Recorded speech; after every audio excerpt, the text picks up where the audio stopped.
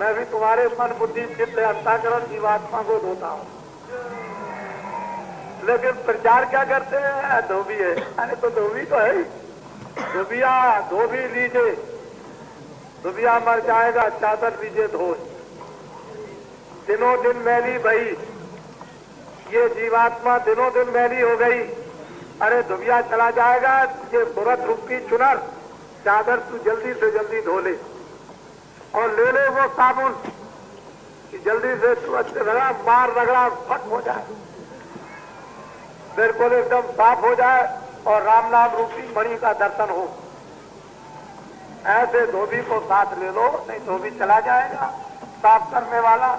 तो ये कपड़ा धोने वाले धोबी ये क्या करेंगे? ये तो बाहर का कपड़ा धोते हैं, इनसे कुछ। इनको लोग जात का धोबी कहते हैं और वो धोबी और होते हैं, वो बेजात धोबी। उनकी कोई जात नहीं होती, ना वो हिंदू होते हैं, ना मुसलमान होते हैं, ना ईसाई। वो बेजात के धोबी होते हैं। राजा जनक को क्या कहते हैं? विदे। वो विदे धोबी होते हैं, विदे। तो आप सब बड़े भाग्यशाली हैं और यहाँ पर आनंद ले रहे, रस पी रहे हैं। और कल से मैं बहुत ऊंचा सत्संग शुरू करूंगा। कल से अब इतने दिनों तक तो ये खिचड़ी चिड़ी चलती रही, लेकिन खिचड़ी में बड़े स्वाद होते हैं। उसमें चावल, कई तरह की दाल, उसमें और कुछ मसाला, कुछ ये वो, उसमें सब्जी वब्जी डालती जाए तो खिचड़ी बहुत बढ़िया बनती है। खिचड़ी में सब रस आ जाते हैं। और वैसे यह है कि जब सब रस आ जाते हैं उसमें तो सब तरह का टेस्ट स्वाद मिल जाता है। तो परमार्थ का ऊंचा से ऊंचा आपको कल से संदेश सुनाना शुरू करूंगा। और जो 2-4-5 मिनट तस्करा के लिए रखूंगा वो तो मैं आपको आज शाम को भी ऐसी मुझे खबर मिली है कि कल जो 20 लड़के लड़कियों की 20 दूनी 40 यानी 20 जोड़ा जो आपके सामने कल समक्ष खड़े हुए थे और चंद ही समय में हो गया काम। तो लोगों ने कहा कि आज भी कुछ कर दिया जाए, तो मेरे सामने आ जाएंगे। तो मुझे करने में क्या देर लगती है, गांव से तय करके ले आओ, यहाँ खड़ा कर देखो। ब्राह्मण ब्राह्मण, क्षत्रिय क्षत्रिय, वैश्य वैश्य, जो जिस जात में, मैं ना किसी की जात को बिगाड़ता हूँ ना बनाता। अपना अपना तय करके अपनी अपनी जात बिरादरी में आओ और यहाँ आकर के दोनों के दोनों खड़े हो जाओ। काम मेरा कर देना है, तय आप करो। वो अपने अपने गांव पे तय करके आओ।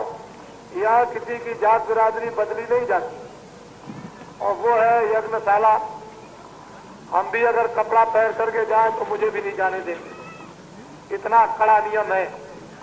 अगर हम भी कोई कुर्ता पहन करके जाए तो वो ऐसे है कि वो नियम का पालन करते हैं, कुर्ता उतरवा लेंगे। तो वो सब कुर्ता बनियान आप पहन के जा नहीं सकते और जूता पहन के जा नहीं सकते। और ये तो आप आचार्यों जी से पूछिए कि वहां पर कौन बैठ करके पहरा दे रहे हैं, ये तो ये बताएंगे आपको। अब मैं नहीं जानता हूँ वो कौन सा पंछी है या कौन है, या शिव जी है या विष्णु जी है या कौन बैठे हुए हैं, बराबर देख रहे हैं, मुड़ी हिला रहे हैं, ऐसे देखते हैं, ऐसे देखते हैं और क्या करते हैं। अब उनकी शकल भी बताते हैं बदल गई। पहले शकल कुछ दिखाई दी, अब कुछ और दिखा दी। पता नहीं क्या कर रहे हैं, क्या समझ में कुछ है। अब वो तो ये है अभी बैठे हुए, पहले तो बीच में थे, फिर उधर पूरब में गए, पता नहीं किधर है, वहीं देख रहे हैं वो सब अपना काम। अब कौन बैठे हुए हैं, आदमी की शकल में है। अरे नरसिंह का अवतार जब किसी और शकल में हो सकता है तो पंछी में भी हो सके हो। समझ लीजिए आप इस बात को, कोई मैं ऐसी बात नहीं करूंगा जो इसका प्रमाण ना हो।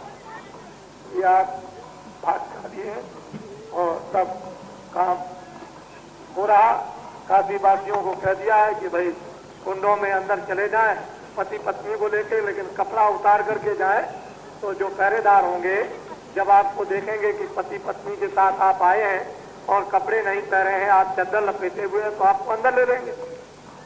और कपड़ा बड़ा पहन के आपको डालना है तो बाहर लबेद हमारा है ही, उसमें बाहर बैठ करके आप हमारे साथ में और सीधा कीजिए, उसमें हवन कीजिए। आप हवन करने का लोग मतलब नहीं समझते, लोगों को मालूम नहीं। अगर ये बातें भेदपूर्ण बताई जाए तो सब कुछ है, जाना जा सकता है और लोग उचित भी फायदा उठा लें, सब काम ठीक ठाक हो रहे। और उधर में वो शायद हो सकता है कि कहीं अब जगाया तो जा रहा है, हो सकता है कि जग जाए, उनकी मर्जी है, जाग जाए। अभी तो जगह नहीं है, लेकिन हो सकता है कि अभी तो कई दिन है, किसी दिन जग जाए, शायद टूट जाए समाधि। तो ये सब रहस्यमयी बातें हैं। हमारी बातें आपको एक दिन में समझ में नहीं आएंगी। ना आप 33 करोड़ देवता आप देखते हो, ना आपकी समझ में, ना जल पृथ्वी अग्नि वायु आकाश देवता, ना वो समझ में आएंगे। और ना आपको ये पता चलेगा कि शिव जी कहाँ रहते हैं, ना विष्णु और ब्रह्मा का आपको मालूम होगा, ना सिद्धियां 9 निधियां आपको मालूम होगी, देवी देवता ना आपको पता है स्वर्ग और वैकुंठ कहाँ है। तो ये तो भेदपूर्ण बात है सब है। और सब लोगों को अवसर मिला तो शादी तो खैर हो ही जाएगी, शाम को आप आ जाइएगा, जो भी परिवार के लोग तय करके आए आ जाए, और वो बहुत ही जल्दी काम हो जाएगा। आज तो कल तो जरा देर लग गई थी, आज और भी जल्दी हो जाए। तो आप बाकी और कार्यक्रम जितना भी है ये सब अभी प्रारंभ हो जाएगा। नामदान आज नहीं होगा, कल होगा। कल लोगों को नामदान दूंगा, क्योंकि कल मंगलवार है, तो मंगलवार को नामदान दूंगा। और वहीं बातों का जो टावर है वहीं पर सत्संग के बाद में जो लोग भी इच्छुक हों, जिज्ञासु हों कि मैं भी भगवान का भजन करूंगा और मुझे भी कुछ जीवन में गंगा जी के किनारे का लाभ मिलना चाहिए, तो वो खुशी प्रसन्नता के साथ, वो हिंदू मुसलमान हो, लेकिन यह है कि आपको नजदीक और पास तो आना ही पड़ेगा। दूरी दूर भागते रहोगे तो कुछ मिलेगा नहीं, निकट में पास में आओगे तो बहुत कुछ मिल जाएगा। और उसकी तो मेहरबानी दया होती रही है। देने लेने वाला तो वो है खुदा भगवान। कौन क्या देता लेता है, एक हिले रोजी मौत बहाने, एक है देने का एक जरिया, वही खुदा भगवान बना देता है। वो कैसे दिला देता है, कैसे दे देता है, उसको तो अपना जो तौर तरीका है उसे मालूम है। हम लोग जब तक अज्ञानी है तब तक नहीं जानते हैं, अगर ज्ञानी हो जाए तब तो हमको ये सब बातें ही विधि विधान से मालूम हो जाए, तो सब कुछ है। और अब फिर आपको शाम को 7:30 बजे का इंतजार रखिए। देखिए भागा दौड़ी तो कीजिएगा नहीं, क्योंकि मैं तो बाहर सुबह से लेकर और शाम तक रहता हूँ।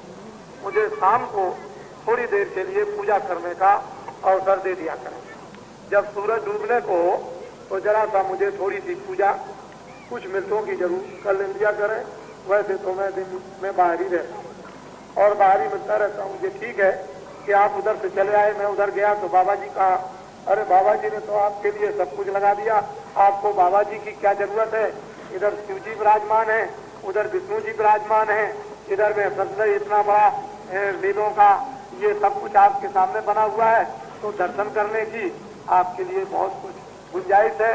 और फिर ये सब भक्त मंडली जो आई हुई है बाहर से, इससे वार्तालाप कीजिए। हम तो कहीं न कहीं इनमें घूमते हुए मिल ही जाएंगे। अच्छा ये बताओ कि अगर आपको ये हुक्म दे दिया जाए कि अखबार खरीदो और फाड़ो तो क्या करोगे? क्या करोगे? अगर हुक्म दे दिया जाए कि अखबार खरीदो और फाड़ डालो, देखिए खैर अभी हमने हुक्म नहीं दिया, मैं सिर्फ पूछ रहा हूं, पूछता हूं, अभी हुक्म नहीं है, अभी कोई हुक्म नहीं है, सिर्फ मैं पूछ रहा हूं। इसलिए पत्रिकाओं को देश को उठाना है, बच्चों को उठाना है, बच्चियों को उठाना है, नैतिक स्तर और चरित्रवान बनाना है, देश की समृद्धि का ध्यान रखना है, तो उनको भी हकीकत सामने रखनी चाहिए। ऐसा मत सोचो कि बनारस में लिख दूंगा तो बाहर लोग नहीं जानेंगे। बनारस की बात नहीं जानेंगे, बनारस में लिख दूंगा तो बाहर लोग ये समझेंगे कि ऐसा हो गया होगा। इस ख्याल को हटा दीजिए। अब ये बात नहीं चलेगी। अब वही बात सामने आएगी कि जो होगा वही आएगा, वही सामने आएगा। इसलिए मैं अभी कुछ नहीं कहता। अभी तो आपके आज 19, 20, 21, 22, 23, 24, 25 यानी आज को छोड़ करके अभी 6 दिन है।